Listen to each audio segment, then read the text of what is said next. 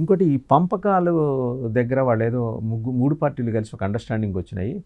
Suppose TDP MLA అంటే not all అండి, మళ్ళీ చెప్తున్నాను, నాట్ ఆల్ వచ్చిన వాళ్ళ అనుకూల మీడియాలో వచ్చిన కథనాలు దాని మీద కూడా మీ సర్వేలో 2-3 పాయింట్లు ఉన్నట్టు నాకు తెలుసు.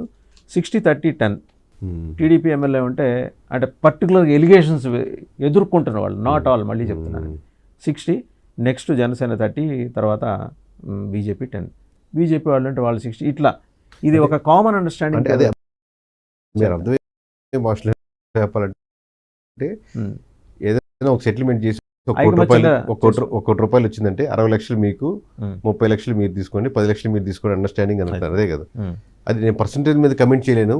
ఉరామరిగా ఆబ్వియస్లీ ఒక ఇద్దరికి ఒక అండర్స్టాండింగ్ అయితే ఉండాలి కదా. ముగ్గురండి, అదే ముగ్గురికి అయితే ఉండాలి.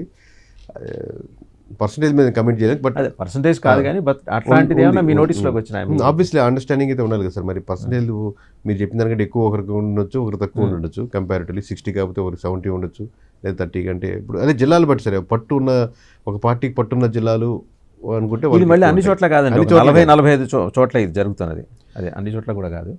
అంటే అదే సార్, ఇప్పుడు సిండికేట్ అనేది ఏర్పడింది, అన్ని చోట్ల ఉండకపోవచ్చు. సిండికేట్ అంటే ఒక సిస్టమేటిక్గా ఉండేది. బట్ మీరు అనేది 1 సంవత్సరం తర్వాత మనం ఆడుకుంటున్నాం. అవును, అటువంటిది మీరు 40-45 అని మీరే అంటున్నారు.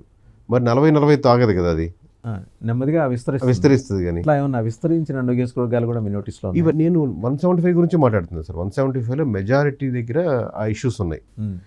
ఇష్యూస్ అంటే కనపడేటట్టు చేసుకోవడం ఒకటి, అందరికీ తెలిసేటట్టు చేసుకోవడం ఒకటి, బాగా ఎక్కువ పీపుల్లో ఎక్కువ చర్చనీయాంశంగా ఉందన్నమాట corruption. Sir, when it comes to the statistics, మొన్న